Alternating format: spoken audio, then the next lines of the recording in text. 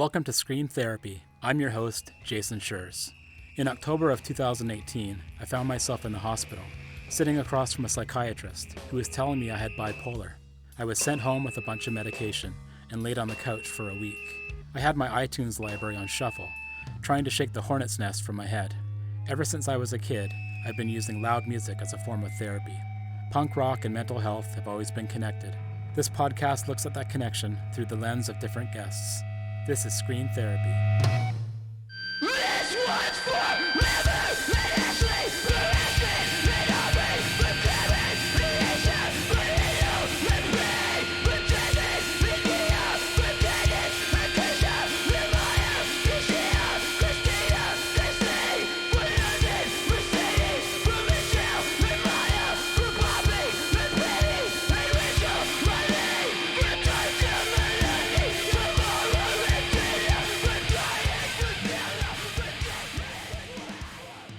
Like a lot of marginalized folks, Jenna from the HIRS collective found solace in the underground punk scene. 2021 marks the 10-year anniversary of the collective, which has recorded over 300 songs. Yes, 300. The HIRS collective throws elements of punk, hardcore, and grindcore into a blender, and out comes inspirational chaos. As a member of the collective, Jenna has been outspoken about mental health issues, striving for inclusivity and safer spaces above all else. Jenna has lived with mental health issues since a young age and has found success with medications. She also considers screaming itself as an antidepressant, and I agree. As a trans woman, Jenna found out how crucially important the queer punk scene was to her when she moved to Philadelphia in 2008 and found her community. The HIRS Collective has an empowering slogan for folks striving for mental health, which we'll hear more about later. In a nutshell, the slogan says, "It's okay to be sad. It's okay to be sick."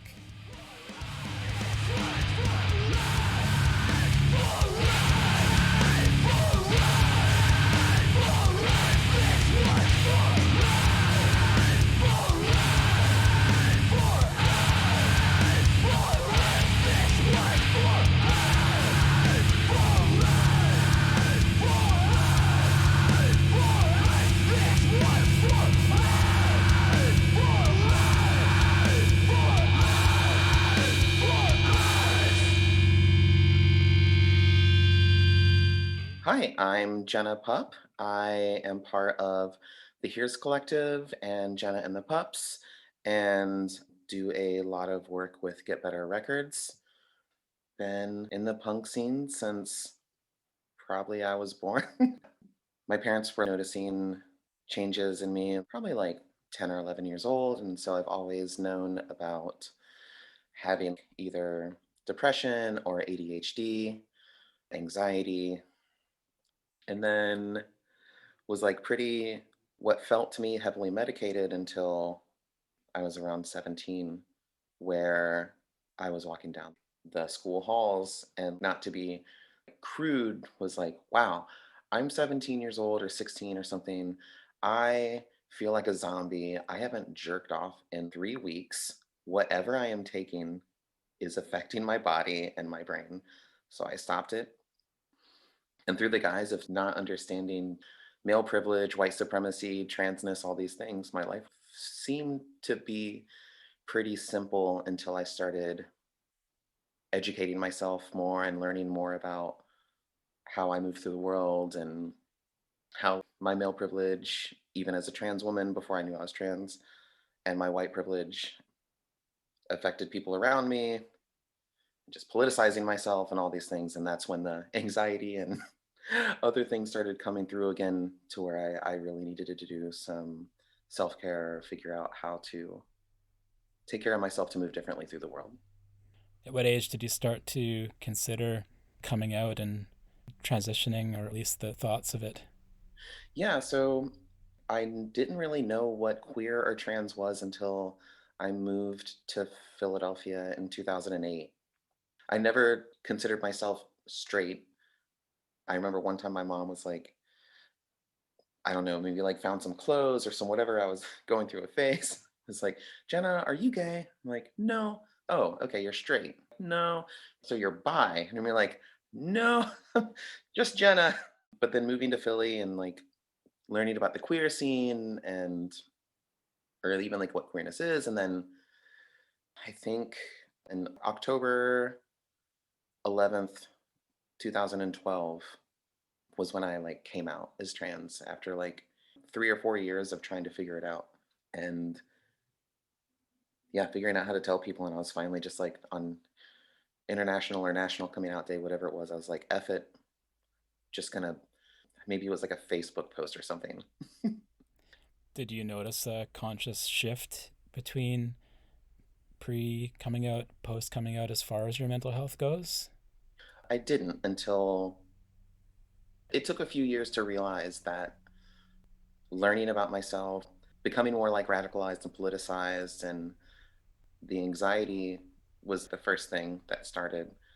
And then, yeah, the world is like a rough place, period.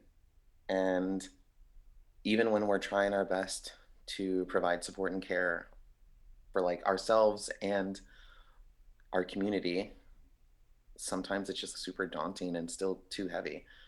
And that is when things just start like crushing down, you know?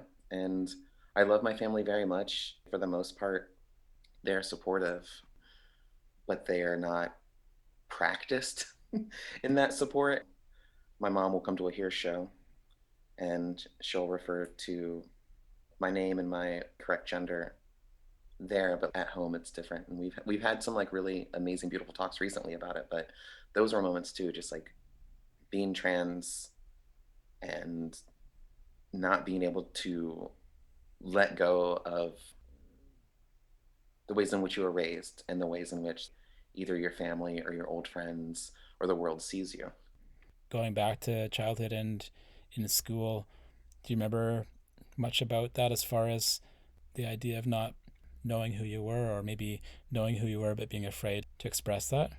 I don't think so. I think since I didn't really understand or even have like an idea of what transness was, or like the fact that I was trans or queerness or whatever, I grew up a fat, weird redhead, which I still am. And I love that now, but it was difficult then, but I held my shit together pretty okay.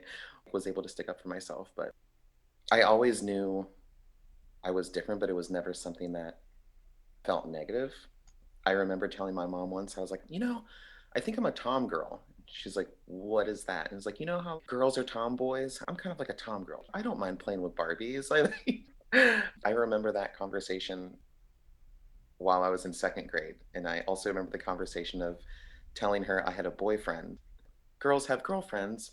My best friend boy is my boyfriend. Like those like little moments that I remember, they spark so much joy in me for me knowing that when I was 8 years old, than like when I was 28 being like, I don't understand. You ended up moving to Philly. What kind of support did you find, if you did? So my best friend and I moved here in 2008. We both needed a change. We lived in Detroit suburbs. The reason we ended up here is because we had had such an amazing connection with some folks here that we had made friends with around like 2002, 2003 from touring. And so we would just basically continue to come here every time we had a chance to tour, to the point where we did like the 9 hour drive just to play a birthday show and drove back. We had a community already in punk. And through that, I wiggled my way through and found like queer shows and queer houses and like queer punk spaces. That version of community were like the ones that I figured out my queerness and transness, and then that support was also flowing in. What would you tell a listener is, in a nutshell, the message of the collective?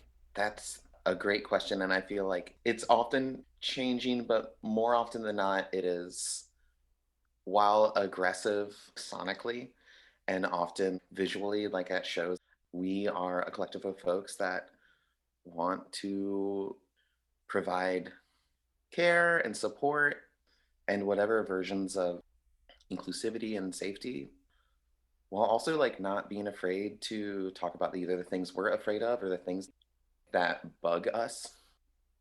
Yeah, and I think one of the other important things is, in theory, it's this never ending support group kind of. I've been very happy to hear folks be like, it's not my type of music, but it is my type of message. Like, never really been in like a mosh pit or crowd surfed or been on a surfboard on top of people at a show. That was pretty entertaining and fun. And I'm like, great, entertaining. You felt like as safe as you could feel or like supported. Solid, nailed it. Based on what I know about my own history as far as the kind of shows I go to and the bands I like, there's a disconnect between going to a house show and going to a bigger punk show in a bigger club or something. What is the difference for you between going to a bigger punk show like that and playing at a queer punk space or a basement show? To be honest, I think it depends on the band, right? Because like there's still these literally radical, political, wild, supportive bands that play huge shows still, where it can feel similar to playing in a small punk queer house basement or something, right? It really depends who's playing and what they are providing by being there and how they are supporting the audience. I read an article about the HIRS Collective, and they described it as being primal scream therapy for femme rage, which I thought was cool. Whenever I Wow, see the words scream therapy, I always get excited because that's the podcast. I love that. Oh man. Wow, what a great thanks to who wrote that. And now we need to put it on a shirt and commission that sentence from them. Scream therapy, from a lot of the folks I've talked to, is a release of pent up emotions. It soothes people, it helps them live in the world. What would you do without it, or how does it affect you, screaming? Gosh, the Heroes Collective, specifically like speaking to screaming, that is such a release. That is such a different version of therapy than like sitting with my therapist and talking some things out. It's like body therapy, right? Not just emotional and mental. It's one of the reasons that I train Muay Thai or like I ride my bike or do these physically active things I'm very grateful that I'm able to do because those are literally an antidepressant for me. And that's what screaming feels like often, especially when you're screaming about something that is important to you. You mentioned when you were younger that you went off meds. Is that something that you brought back into your life at some point? Yeah, I started taking antidepressants again maybe 3 or 4 years ago, and it has literally saved my life. I'm on Lexapro right now, and when I miss a couple days or I mess up, there's been like a couple times I accidentally didn't get my meds filled, or like when I was on tour. I'm sure there's other like neurological things happening that make me feel these ways, but like I'm just like, wow, this changes my life so much. I'm so grateful for it. And I'm grateful that it exists because even though I was able to like not need to use it for like 15 years, it is not a want, it's a need. It definitely keeps me alive. What prompted you to go back to it 3, 4 years ago?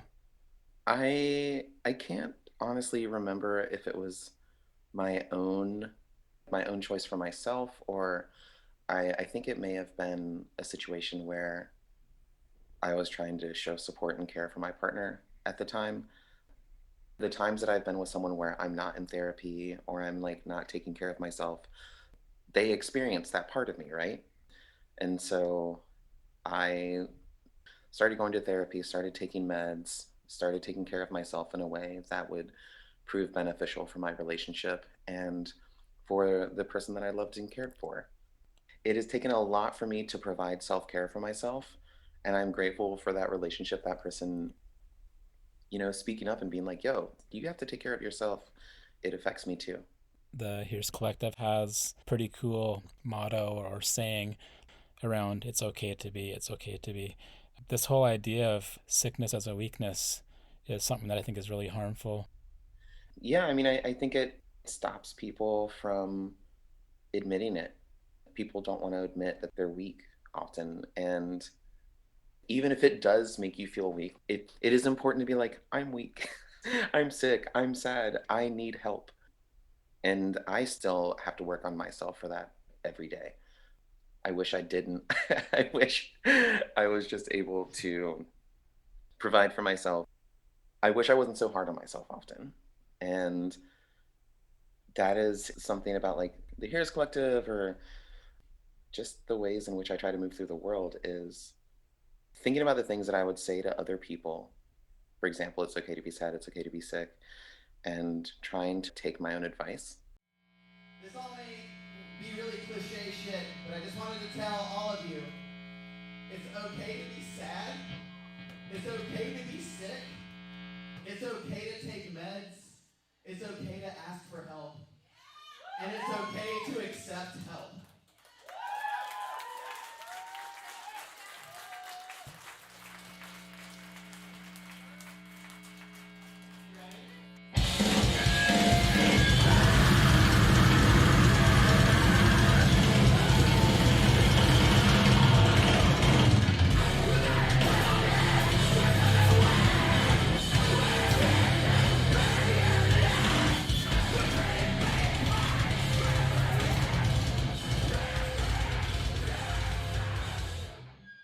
Self-compassion. Ooh, I like, yeah, that. What struck me about, I think it was on one of the albums or on a t-shirt or something, was this idea that speaking up, it's not going to be chastised or stigmatized. In your perspective, is the punk scene a place where you can say, I take meds, I'm sick, can you help me? Those kinds of things. Is it an open place for that? I want to say yes, but I feel that being in a band that condones people doing that, and I'm in a bubble. I surround myself with people that show like love, support, and care. And when we're playing shows and it's not like a here's crowd, maybe not folks that know about us, I don't know what that bubble is like for them. I think often in the punk scene, using that umbrella term, for like anything weird or like hardcore or like basement shows, any sort of alternative to normal scene, I'm sure there are many places and communities and bubbles where they do feel safe saying that and reaching out, but I would only guess that they are the minority. We're just consistently told to keep quiet, don't tell anybody about how you're feeling unless you're like bragging about money or something, We live in this capitalist world where it's like, oh no, you're sick, that's weakness. How are you going to make money now? I like to think that punk has a difference between normal society, quote unquote, right?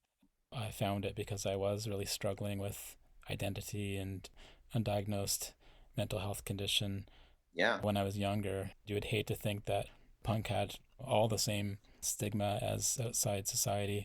But from what I've seen of the folks that I've known, there is a difference there. Yeah. I mean, also, punk is normal now, right? There's like punk, and then there's the alternative to punk. Like, if that makes sense. But I hear you, is the short version. The HIRS Collective has a lot of songs that are quite joyful and celebratory considering how intense they are. But I would imagine that there are some songs that tackle some very difficult issues. What's that like to write those songs and to sing those songs, scream those songs? Yeah. Sometimes it is very emotional, is the short answer. Yeah. Playing those shows can be, depending on where we are or how tired like, have we been on tour for a month? Are we just getting into it? It's been like a week and like we're having fun and a great time. They are all full of emotion. I don't think there's ever been a time where, speaking to like it's okay to be sad, it's okay to be sick, there's never been a moment, a time that I've performed that with a collective that wasn't full of emotion, that didn't hit me hard. It's maybe felt different depending on what day it is for me. It's never not full of compassion and realness. Tell me the story of Say Her Name. That was one of the songs on this latest collection that to me really had an impact. Yeah, it was just a list of the documented trans women that had been taken away from us the year previous. And we were writing a song, and it's like, well, this is, we are literally saying their names, and it felt really powerful to do. I'm trying to figure out the best way to word it. Like, it's not, it was something that felt very powerful for us and wasn't something that we really thought about being powerful for other people beyond the money that we made from that record was all donated. I know when I've been in bands, especially the really harsh sounding, noisy bands, I start to dissociate when I'm doing that, especially if I am screaming. But I also sometimes think about my place within that noise, within that chaos. And I'm wondering if you have a conscious idea around that. I see it as being this tornado, and I'm in the middle of the tornado, but I'm not necessarily scared. Oh, yeah. Sometimes I'm not really there. I've gone somewhere else. Totally. I'm putting my imagery and asking you about it, but what's your embodiment within that noise and that chaos? Yeah, I feel like Dizzy Devil, the Tiny Toons version of the Tasmanian Devil when that's happening. But I feel like there's been very few times where you kind of speak to like disassociating or not being there. I feel like I am more in myself, and I am more, my atoms and molecules are more tightly packed together. And I'm more aware of who I am and what's happening in those moments. Even if I'm tripping over stuff, I feel like specifically the collective shows are pretty chaotic. And that is, well, I'm like, I'm glassing up thinking about spending time with my friends, making chaotic, structured noise that stops on time, and how nice it is to grab my best friend and throw him around and be sweaty with people and actually feel like myself. Yeah, I feel like in those moments, I have never felt more secure in who I am and what I am, and have never felt as much confidence as I have when I'm doing something I believe in and something that I love with the people that I care about, and often for people that I care about. I'm getting borderline choked up. I'm just like, oh, it's so important to me when I speak to it being like an antidepressant. What is something that completely destroys depression and anxiety, right? Like, it's that for like 8 minutes. Let the trans woman stay alive! It's the hardest thing to do! I'm trying to keep a promise. If I can't stay alive for myself, I'll try to do it for you!